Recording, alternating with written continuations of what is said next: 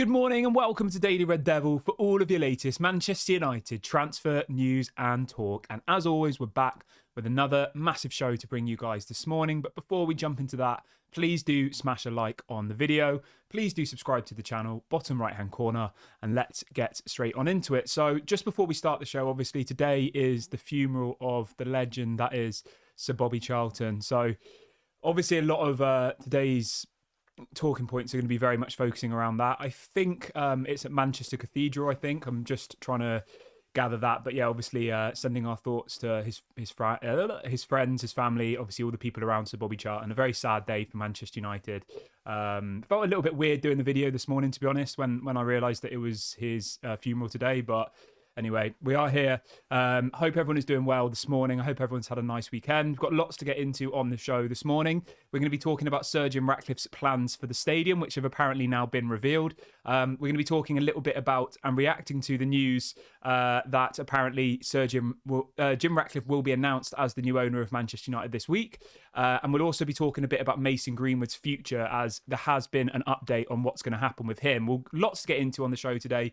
Do get involved in the comment section. Get involved in the live chat. Let me know your thoughts on everything we discuss on today's show, as I always like to see what you guys have to say. So make sure you get your comments in, and I'll look at them obviously once the video's gone live. So let's jump straight on into it. Let's start about this story on the stadium. So the headline this morning is Jim Ratcliffe has ruled out building a new stadium for Manchester United. So some of you might be happy about that, some of you might not be, which ultimately means Old Trafford will remain. I'm quite happy about that, to be honest. I am. I don't have a massive issue with, building a whole brand new stadium. I think my preference was to build a new stadium, but I wanted to keep Old Trafford as well. So my original preference, if, an owner came in with an unlimited budget, which Sheikh Jassim kind of promised, was to have Old Trafford remain, which could be used for museum tours, could be used for the women's team, the under-21s team, could be used for big, concerts, sporting events, whatever it might be. You would have this asset there, which is, a massive piece of our history that would remain there forever. People could still come and visit it. And then right next to it, if anybody's been to Old Trafford, there's a massive bit of car park that's part of the stadium, what do you call it? The stadium surroundings, let's say. There's plenty of space right next to it to build a new stadium. So my preference was stick a new stadium right next to it, keep Old Trafford as well. Obviously, that would have cost us £2-3 billion. It was the most expensive option, but I think in the long run, that would have been the most interesting option for me. That's not going to happen. It's going to be... So the story goes on to say that Jim Ratcliffe will now consider alternative plans and will renovate and expand Old Trafford and improve the facilities in and around the ground. So we'll have to wait and see what happens with that. I think, obviously, we all know that Old Trafford needs renovating desperately. The roof's leaking, the toilets are overflowing, the amenities, the food offerings, the drink offerings and stuff there, it's below par, let's be honest. Like, whenever I've been to Old Trafford recently, don't go there hungry. Let me just say that, because the options are literally next to nothing. You see, Tottenham, they've got their own brewery in the stadium. They've got all of these crazy things. Like, you'll be lucky to get like a pint of warm beer in there, really, at this point. So definitely needs massive improvement. And you know what, as well, looking at it from a commercial, financial perspective, there's such a massive opportunity for them to bring in more revenue by just bringing more offerings to in and around the ground. Do you know what I mean? Like, at the moment, it's so basic. Like, you wouldn't be able to get yourself a hot meal. You'd probably just be able to get like a sausage roll and like a chocolate bar or something.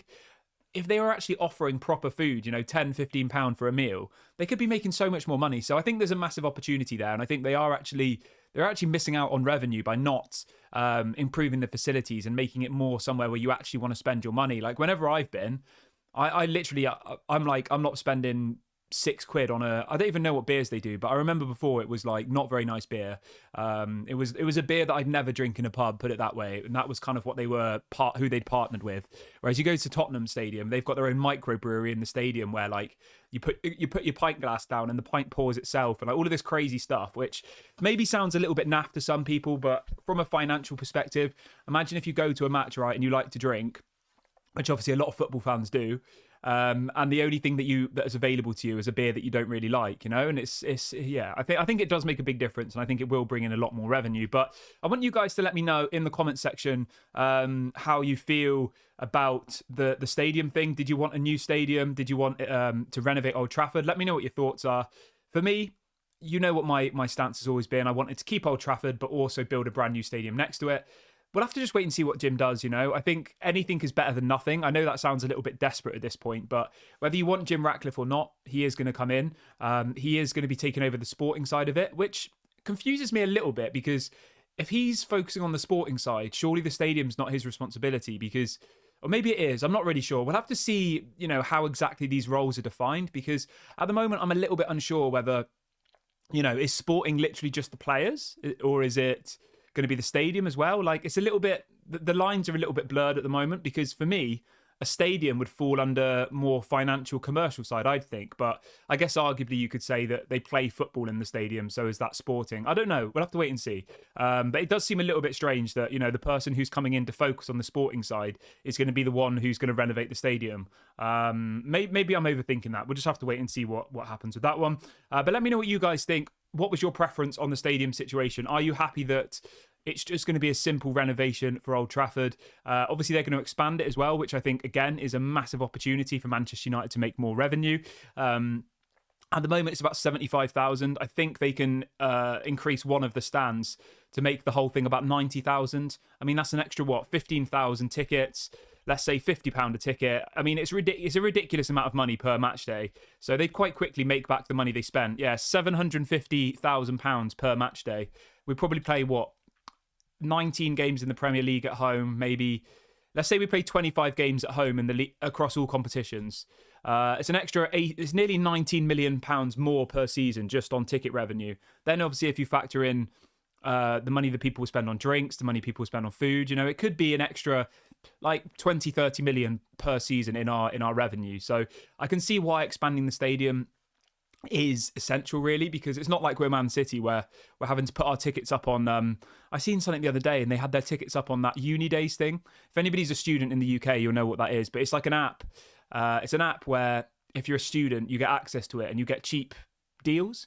And Man City were doing tickets for their Champions League matches on this Uni Days app and they were like £10 a ticket. It just shows how little interest there is in Man City. I know obviously footballing wise they're, you know, leap years ahead of us, but from an actual fan and attendance perspective, they're still trying to make a fan base, really. And like the fact that they're doing Champions League tickets, it was against a good team as well. It wasn't, you know, it was against a good team in the Champions League and they were selling tickets for like £10 on this app just because they obviously hadn't sold the amount of tickets they need. Whereas with Manchester United, we could sell that stadium 10 times over, I reckon, genuinely. Like every single game that's on, especially in the Premier League, there probably will be, I would say, 1 million people worldwide who are trying to get tickets for that game. I always try and go to as many games as possible. Last year, I probably went to like maybe about 10 games across all competitions. This season, I repeated the same process as I did last year.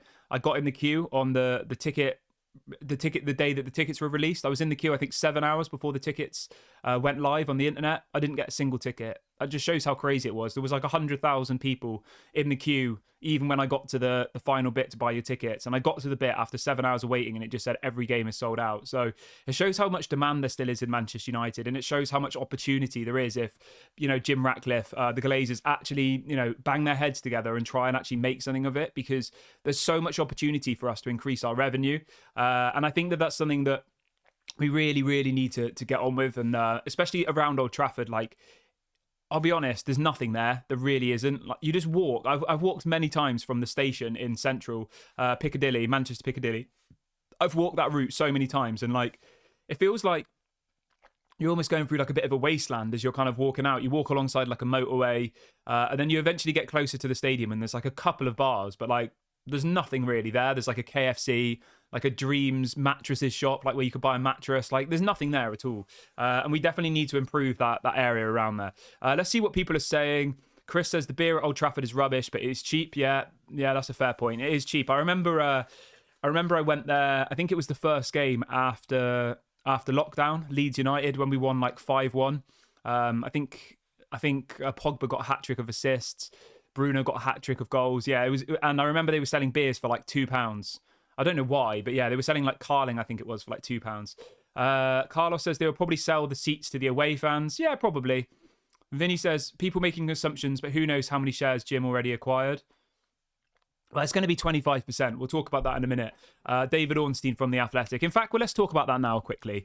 So, David Ornstein reported late last night, he said, breaking news, Ineos will buy a 25% stake in Manchester United, is now very likely to be announced this week after Monday. Obviously, today is the funeral of Sir Bobby, so there's not going to be any big announcements today. Manchester United have already said on their socials that today will be like a blackout day, where they're not going to post anything other than stuff about Sir Bobby Charlton, which I think is the correct thing to do. You don't want to be announcing a decision that probably is going to annoy some fans, you know, that Ineos are coming in and the Glazers are staying on the day of such a special day, a day of remembering literally one of the greatest players of all time for Manchester United.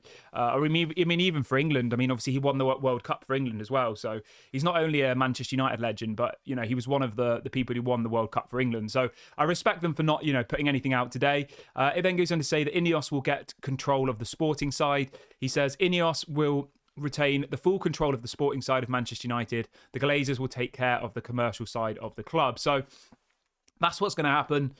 Whether you like that or not, that's just the reality now. We've just got to try and, you know, keep level-headed. We've got to obviously be vigilant, obviously look at the situation for what it is. We'll have to wait and see. Jay says, this is ridiculous. Qatar offered an all-expense paid holiday trip, and now we have to settle for someone offering only money for food. The thing is, mate, right, I agree with you 100%. You know that my stance on this channel was that I think Sheikh Jassim was the best option for the club, but the Glazers clearly never wanted to sell, did they? I mean, it's pretty obvious now. They never wanted to sell. They wanted to stay, and Jim Ratcliffe is the man who's facilitated them staying. So whether we like that or not, that's the reality. That's where we are now. Will things get better? I don't know. Would things have got better with Qatar? I don't know. You know, it's still a roll of a dice, regardless. Even if you did get these new owners come in, Sheikh Jassim clearing the debt, new stadium, all the rest of it, it's still a roll of the dice whether we'll be more successful. But I'll say this, it would have put us in a better position. That's the one thing I will say. I think, you know, that debt that's hanging over this club, nearly, I think it's about £700 million now, plus around 300 million in player transfer fees that we still owe. So about £1 billion in debt we're in at the moment. That hangs over us. I think that's the biggest thing for me. I think, you know, anybody in life knows that debt isn't good. Like £1 billion worth of debt is not good, is it? Especially when they came into Manchester United, there was zero debt. So for within 18 years to go from 0 to £1 billion and it just going up and up and up and up and every single year, that was why I so desperately wanted Sheikh Jassim to come in, because he offered to clear that debt, and obviously Sir Jim Ratcliffe doesn't. So maybe he will clear it when he gets full ownership of the club. That's why I'm being a little bit 50-50 about it all now, all right? I'm not going to sit here and scream at the camera saying I hate Jim Ratcliffe and all the rest of it, because we are where we are. We are where we are. We've got to try and make the best of this situation. Obviously, people might still protest. I know there was a bit of a protest before the game on the weekend against Luton, but at the end of the day, the Glazers are staying. How long that's going to be for, we'll have to wait and see. Andy says, I know I have had a season ticket from before the Glazers were here, and it hurts giving them money, but I know I won't get another season ticket when they are gone. Yeah, that's the problem, isn't it? Carlos says, Sly Jim will always be the man who helped the Glazers stay. I don't care what he does. I agree with you on that one. I agree. Joel says, Sheikh Jassim promised stuff that the Glazers did not care about. That's a fair point. Very fair point. All they cared about was lots of money, and he didn't offer enough money. Joel says Sheikh Jassim's dad wouldn't give him enough pocket money. The real businessman won. People need to get over it. I would agree with that. I have got over it. I'm just, you know, I think that Jim Ratcliffe was very clever. I think he's a very good businessman. I have a lot of respect from him from a business perspective. This isn't from a football fan perspective, but from a business perspective, you have to respect the man. He came from nothing. You know, he didn't come from riches, whereas like Sheikh Jassim's like born into, is it the Qatari royal family, or the, you know, he's come from the highest order in Qatar, you know, very, very wealthy background. Whereas Jim Ratcliffe, from what my knowledge is of Jim Ratcliffe's story, came from nothing. You know, came from a working class or even lower, you know, income family living in Manchester, and he is now one of the richest businessmen in the UK. So you have to respect him in that sense. And he put together an offer which he knew that the Glazers would accept. He knew that he could win. Whether he's facilitating the Glazers, yes, of course he is. But maybe that was the only option. You know, it's easy for us to criticize Jim Ratcliffe, right?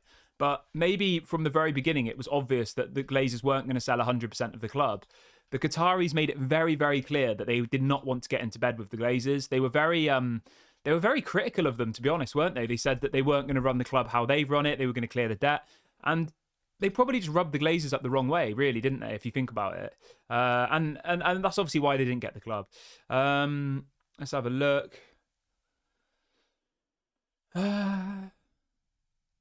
Chris says, Sergeant Ratcliffe plus the Glazers. I would prefer Glazers alone. Are you saying you prefer the Glazers on their own? I actually said that a couple of months ago, you know. But my reason for saying that was because my dream for Manchester United, my vision for Manchester United is that we have one owner owning 100% of the club, taking 100% of the responsibility. And at the moment, you're going to have 25% Jim Ratcliffe. You're going to have 44% to the Glazers and then 31% on the New York Stock Exchange. I mean, there's going to be so many different voices. I know different people have different voting rights and all the rest of it, but still, for Ineos as a company to own 25%, there'll be probably 10, 15 people within that company who all have a say. Then there's the Glazers, who 6 of them own, do you know what I mean, where we're going with this? There could be 20, 30, 40 people who are all trying to run the club. And I just think that that's not how it should work. Chris says he's not buying the club. He only is propping up the Glazers and I'll never back this disaster. That's fair enough, mate. Yeah, fair enough. Vinny says this was the only option. 100% was never on the table. The Glazers didn't want to do it. Yeah. Somebody says PSG are back at the top of the table now. Joel says these days many teams have multiple shareholders, less risk for all. Fair enough. Chris says, no, adding Jim is better than the Glazers alone. Fair enough, yeah. I think adding Jim is better if there is a guarantee that the Glazers go in the next kind of 5 to 10 years. Like, I'm not literally going to be like, they need to go within 6 months. As long as there's maybe like a 10-year plan. I think anything longer than that, I think is too much. I would say like within 2 to 10 years, the Glazers have to go. And that has to be agreed within this deal that's going to be talked about now. Everyone who's just joined in the last couple of minutes, please do smash a like on the video and please do subscribe. Bottom right-hand corner. We're on the road to 21,000 subscribers. We're only about 100 away, so please do go and subscribe if you haven't already. It doesn't cost any money. Live every morning and every evening, so do get involved in the channel if you're new. Let's talk a little bit about this Mason Greenwood story then, because there's some news, there's a development, and I want to share this with you and obviously get you guys' opinions. As always, let me know your thoughts in the comment section on this story. So the story is this. It says that Getafe are now wanting to sign Mason Greenwood on a permanent transfer. It is, however, unlikely that Manchester United will agree, but they will listen to offers to extend his loan deal instead. It says Manchester United know that Mason is happy and rebuilding his life in Getafe. They know he needs to grow up and want him to do so. And so far, the Getafe loan has worked out well for everybody. Let me know what you guys think about this story. Let me know in the comment section. So obviously his loan deal expires in January, which is what, like 6 weeks away. There is the potential that Manchester United could bring him back. But it looks like at the moment, the most likely option is that he'll stay at Getafe on loan until the end of the season. I haven't really been following him that much. I've seen a couple of clips on Twitter and stuff. But I'll be honest, I'm not really that much of a fan of La Liga. I watched obviously like the Real Madrid Barca games. I watch all of the like really big games in La Liga, but I'm not really watching many Getafe games. I'm just having a look. So far this season, he's played in 10 matches. He's got 3 goals and 3 assists. I mean, that's pretty good, isn't it? 6 goals and assists in 10 matches. How many minutes is that? Yeah, so he's averaging a goal or an assist every other game pretty much. When you compare that to Anthony, who's played, I think, 12, 13 games, no goals, no assists, he's doing pretty well then, you know, considering he hasn't played football for quite a long time. He's got 1 year left on his contract, so Manchester United need to make a decision very, very quickly, really. Is he going to stay at Getafe? I would say this, right? I don't think Getafe would be able to pay the kind of money that Manchester United would want for Mason Greenwood if they were to sell him. I mean, Getafe, like, what's their highest? They don't have much money, do they, Getafe? Let's be realistic here. Their highest, so last season, right, they signed 16 players, Getafe, for a combined fee of 11 million euros. I mean, that just kind of sums it up. 16 players for 11 million euros total. And I would imagine that Mason Greenwood, I mean, after getting 6 goals in 10 games, 6 goals and assists in 10 games, like, surely he's got to be worth at least 30 million euros, at least, you know? If we paid 100 million euros for Anthony and he was putting up similar stats in the Eredivisie, which is, let's be honest, a lesser league, I would say that you should be at least looking for 20, 30 million euros. And would Getafe be able to pay for that? I don't think so, because, you know, a lot of these smaller clubs in La Liga don't have very big budgets. Obviously, they're not a club that's in the Champions League. They're not a club that's in the Europa or the Conference League. So I don't know. But let me know what you guys think about this in the comment section. Andy says we need him back at Manchester United. Abdul says he's only started 6 out of those 10 games which he scored or assisted. Darren says Greenwood seems to be getting better now he is settling in Getafe. A bigger club will come in for him. Yeah, I think that will happen as well. Somebody says 9 games with 3 goals in all competitions. Greenwood is cooking in Spain better than Anthony, you reckon? Yeah, 100%. No, without a shadow of a doubt. I would 100% say that Greenwood is a better player than Anthony. 100%. 1,000%, without even a shadow of a doubt. Anthony, let's be honest, has been very, very poor. And Mason Greenwood, when he was at Manchester United, was a good player for us. Like, you can't deny that. He was a good player. One of our best players, I would say, in those attacking positions. You know, he looked like at some points that he had more going for him than Rashford, didn't he? He was one of our real players. Prince says the British media would not accept him back in England. United need to let him go so he can have a nice life. Yeah, I hear you, mate. I do. I think something needs to happen in kind of the January window. I think loaning him out for another 6 months is a little bit pointless. We're paying apparently most of his wages. We're paying for him to have a villa out there. Like, we are propping up him to play for Getafe, which I don't really get, because, like, you're spending all this money on his wages, all of this money on, you know, paying for him to have a house out there and stuff. Like, surely just either let him go or bring him back. Like, I don't really get it. Godfrey says, I hope this Jim Ratcliffe deal falls apart in the last minute. Andy says, Greenwood would 100% approve our team.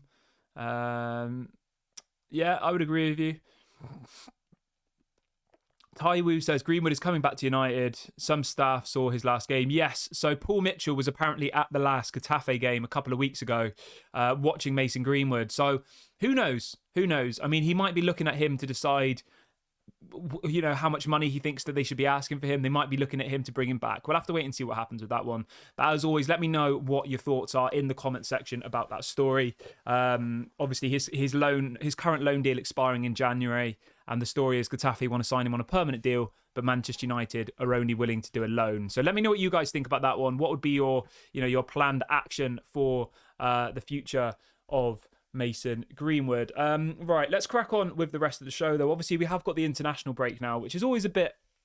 I don't like the international break, to be honest. I'm not really a big fan of international football. Like, I enjoy it when the World Cup's on. I enjoy it when the Euros are on. But all of these games now, like, I've got zero interest in it, to be honest. Like, I mean, who are England playing? Obviously, I support England.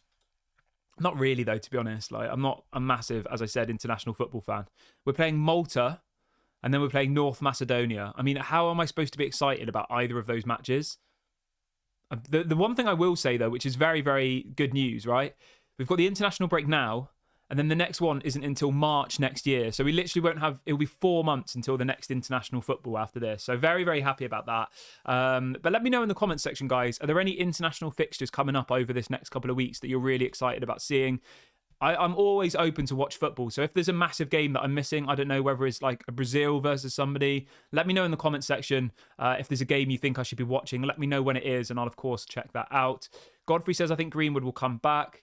Ranjit says, keep him on the books. He will play again. Ishmael says, if Greenwood came back and flopped, we will still troll him. Darren says, I can't see him coming back. The fan reaction would be too negative. Yeah, I probably agree with you there, to be honest, mate. Dan says, hopefully David De Gea will come back for us in January. There was a story about David De Gea actually as well. Let me just double check where this story was, but apparently he's going to sign for somebody, a club in La Liga. Let me just double check the source of this story. I can't remember what the club was. I saw it the other day. Yeah, so apparently David De Gea is in talks over a return to La Liga with Real Betis. So, yeah, I would take David De Gea back in January. Obviously, Onana's going to go to the Africa Cup of Nations. He'll be missing for 7 games, apparently. And that's just like without giving him a bit of time either side to, to readjust to time differences and all the rest of it. 7 football matches is the kind of duration of the Africa Cup of Nations. So I would look at David De Gea as a maybe just a short-term one in January. Will it happen? I don't think so. I think Erik ten Hag would look a bit stupid if he brought him back now. He got rid of him. He got rid of his 375 grand a week wages. It was a very controversial decision. Some fans liked it. Some fans didn't. I think bringing him back now would just be a bit of a mess for me personally. I would welcome it personally. I like the idea of it, but I just don't think Erik ten Hag will do it. But let me know what you guys think. And thanks for that suggestion, whoever put it in the comments. Would you bring David De Gea back on loan in January? I'm going to wrap the video up here, guys. Thank you so much to everyone who's joined me on the show this morning. This has obviously been Daily Red Devil, and please do make sure to smash a like on the video before you go. Please do subscribe to the channel, bottom right hand corner. As I said, we're on the road to 21,000 subscribers, so let's see how quickly we can hit that next target. I'll be back, of course, this evening at around 6 o'clock, so do make sure you hit the notification bell. Hope you have a lovely day, morning, evening, wherever you are in the world, and I'll speak to you all a bit later.